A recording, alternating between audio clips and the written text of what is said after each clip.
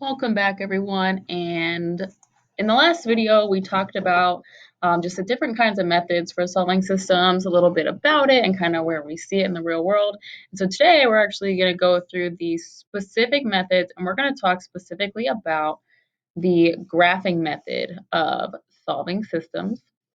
So now what I want you to do is go ahead and get out your pen and your paper. Whatever you use is going to help you. I do recommend just using a pencil. I'm going to use my annotating tool here, just so that in case you do make a mistake, you can erase it and keep your paper neat and clean.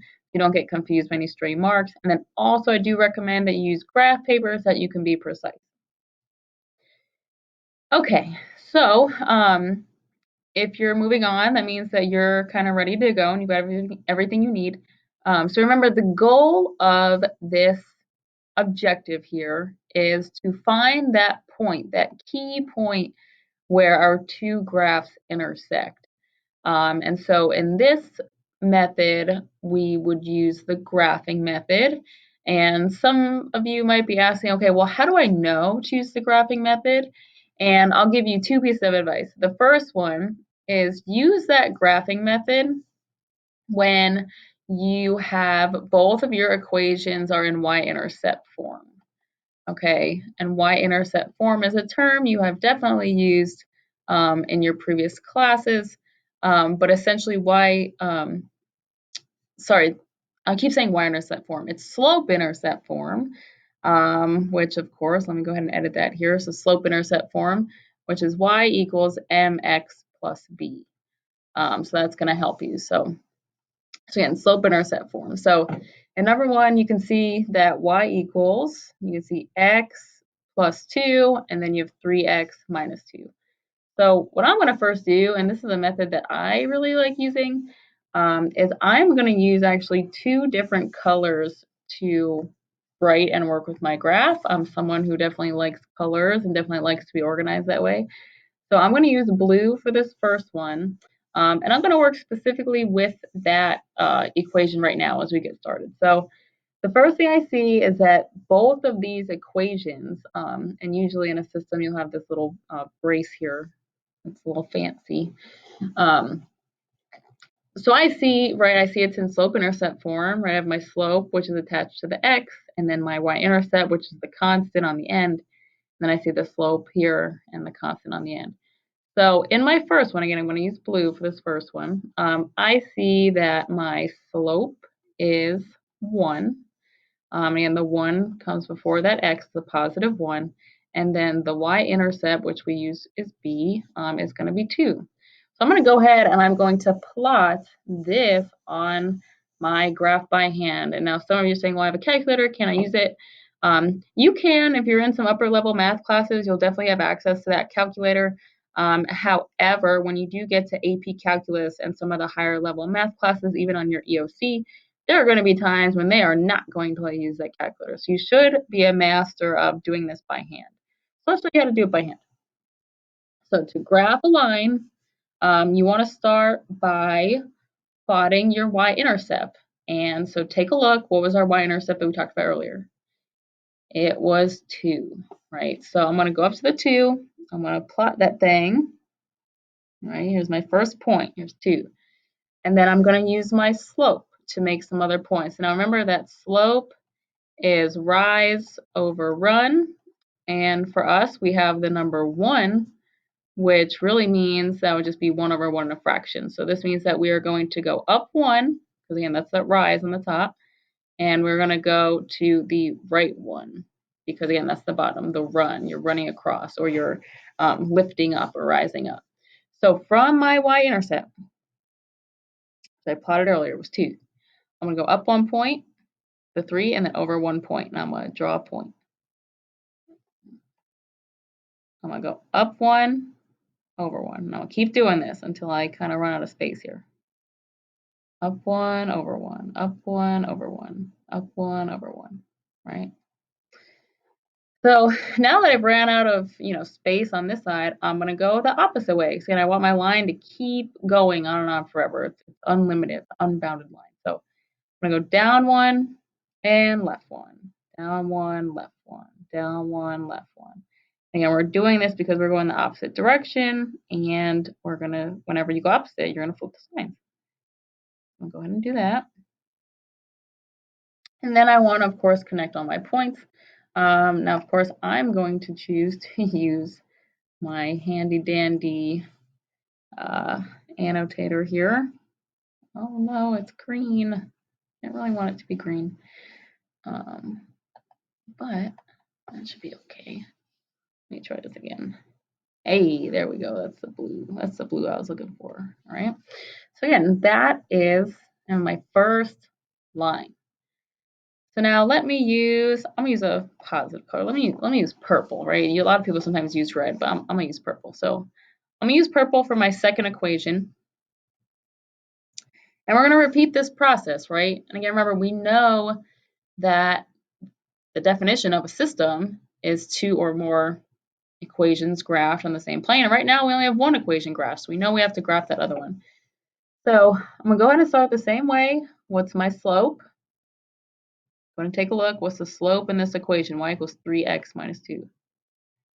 Slope is attached to the x, so we're going to use 3, positive 3. And then our y-intercept is going to be that constant, and we see this constant. This is going to be negative 2, because there's that minus sign in front of it, so we're going to use that. So first thing I'm going to do, I'm going to go ahead, I'm going to plot my y-intercept. Negative 2, love it. So here's 0 on the coordinate plane, right in the middle, the origin. I'm going to go down 2, and that's my first point. So you're making it nice and purple. All right. So now I'm going to use my slope, and again, same concept applies. Slope is rise over run, and we have the number 3. So a 3 in a fraction form as a whole number would be 3 over 1.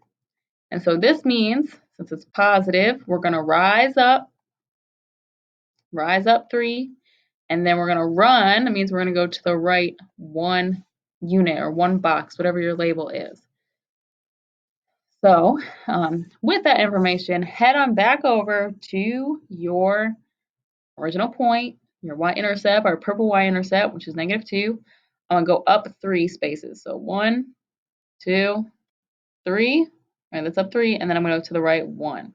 And so you'll notice that we have a little bit more space between these two, which is totally okay. All right, and then we're going to keep going. 1, 2, 3, and we cross. Ooh, okay, I see something here that's going to be useful later. All right, 1, 2, 3, keep going. 1, 2, 3, keep going. So now I'm going to go the opposite way. I've run out of space. So I'm going to go, remember the opposite of positive 3 is negative 3. So that means going down 3. 1, 2, 3. The opposite of going right 1 is going to be going left 1. So I'm going to go left 1. Do it again, down 3, left 1, right? And then I've kind of run out of space. And so I'm going to go ahead and I'm going to grab my, you all can use a ruler if you need to. And of course, let's hope they give me a different color. Oh, they did. It's so nice. Love it. Here is my second equation. Now, some of you already had an aha moment. I can already tell because you're good at paying attention. You kind of understood the key thing we're looking for here.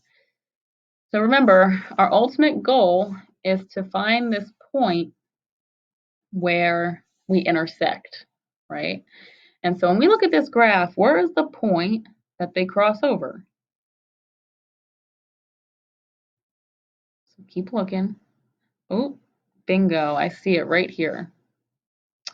The point where they intersect, I'm going to use black here, is this very clear point right here. I'm going to go ahead and start from the origin. I'm going to look at what the units are. So it's going to be over 2, right? That's my x axis. And then up 1, 2, 3, 4, up 4, right? So this point right here, that intersection point, is the point 2, 4. Remember, you always put x first and y first. So 2, 4 would be the solution to this system. So now there are many different ways to write this solution. A lot of times they're going to ask you for the ordered pair, which is what we have right here. Other times, folks might ask you, well, what's the x value that is associated with the solution? We would say x is 2. Sometimes folks might ask you, well, what's the y value that's associated with this? We would say 4. Other times, if you're being given context of a problem, x might stand for time, right? And y might stand for, who knows, dollars, right? Or price or something. So if they asked you, what's the solution, we would say, time is 2 seconds, right? If it was measured in seconds, and your dollars would be $4. And so remember, like, always keeping that context is helpful, but a lot of times you're kind of just seeing those numbers in a weird silo of reality. So again, this is the best method to use when both of your equations are in slope-intercept form. And so it makes it really simple, really easy. Just keep yourself neat and clean, and you'll be good to go. So again, that was the first method of how we would solve a system by graphing. I will make a few more videos for you on the other methods, because remember, we do have 2 other methods, including substitution and elimination. And I will go through, when's the best way to use each and when's the best way to kind of solve and work it out. I do have a second example here. So if you feel confident in this now, I would welcome you to pause the video and kind of work on your own through your practice problems. If you would like to see an additional example where I convert some standard form equations into slope-intercept form, keep moving forward and keep playing the video. Okay, so this next equation, this next system, and remember, we've got 2 equations here. One thing that you'll notice is that in this first equation, it is not in slope-intercept form. So it's not going to be super easy to graph. So a way that you could change this to be in slope-intercept form is to just solve the equation so that y is by itself. I personally love solving equations just because it's like a puzzle to me. And so what I would do is, if you want to solve to get y by itself, you have to look at, okay, well, how can I undo the operations around the y? So there is a term called inverses that many of you have heard before. And just remember that the word inverse means opposite. So when you're solving equations, that's always kind of what you want to use. So if I look at this equation, 2y equals 2x plus 12, to get this y by itself, I would have to undo the relationship between 2 and y. And right now, 2y means 2 times y. So what's the opposite of times or multiplying? Right, it's division. So I'm going to divide by 2 on this side of the equation, and I'm going to divide by 2 on this side of the equation. So when I divide by 2, 2y divided by 2 is just going to simply be y, right? 2x divided by 2, these are going to simplify or reduce to 1, so we're just going to have x. And then positive 12 divided by 2 is a positive 6. So 2y equals 2x plus 12 is the same thing as saying x plus 6. So I'm going to use this equation because, one, it's a little bit simpler, a little bit neater. It's nice for my slope-intercept form. And I'm going to use my second equation was already in slope-intercept form, so I'm good to go there. Yeah, remember, I like to use different colors. So I'm going to use blue for the first one. I'm going to use purple for the second one. So for this first one, go ahead and identify your slope and your y-intercept. So your slope is 1, right? Because that's 1 is attached to that x. And then our y-intercept is 6. So we're going to go ahead and we're going to start by plotting our y-intercept just like in the previous example. 1, 2, 3, 4, 5, 6. That's my first point. And then my slope is 1. So I'm going to go ahead and remember, rise over run. So I'm going to go up 1 to the right 1, right? That's what that means. So So up 1 over 1, up 1 over 1, up 1 over 1, and we put our opposite. So down 1, left 1, down 1, left 1, down 1, left 1. We keep doing this until we either run out of space or we find, cross point. So let me go ahead and connect my points. Doop, doop, doop, doop. Very nice. Well, love technology. Get this prep for. Okay, and now my second equation, again, I'm doing it in purple. Love it. Our slope is -2, and so it's -2 attached to the x, and then -3 is our constant, so it's going to be our y-intercept. So let me go ahead to -3, so starting at the origin, down 3, 1, 2, 3.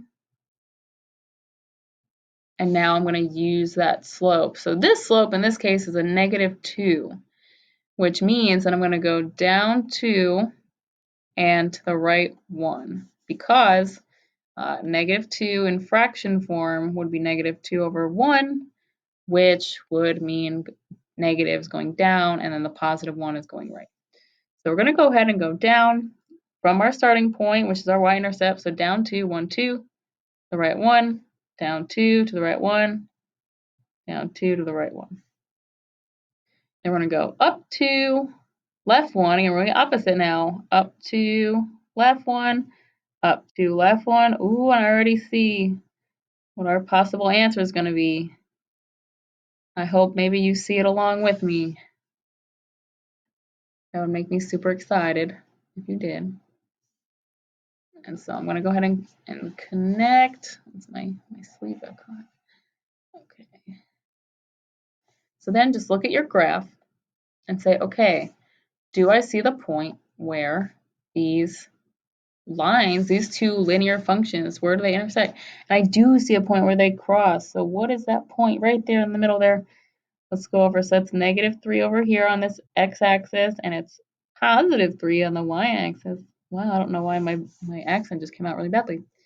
So -3 and +3 is going to be our solution to this system. So again, to recap, the graphing method is extremely helpful when your equations are both in slope-intercept form. If you have access to a calculator that does graphing for you, all you would have to do is just click that y equals button, and you will see a place to enter in your equations. You can enter 2 in at the same time, and you will see this very similar layout. It's going to be exactly the same. It might look a little different, but it's okay. And again, you could always have an example that's easier, like this first one, where they already give you it in slope-intercept form. But a lot of times, you're going to see them give you a problem where you have to change or convert your equation into that slope-intercept form. And just remember, if you are converting, you just want to get y by itself. That is the trick and the key point for a lot of this. So again, this really helps a lot of our visual learners, our people who really like pictures, things like that.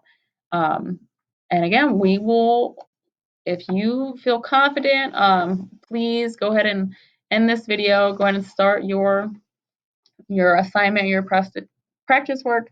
And again, the next video I will share will be about the substitution method, which is something that is very based in algebra. And if you're someone who is really good at organizing and keeping things straight and just kind of in a nice ordered fashion, you're going to be really good at it. So thank you all, and I will see you later.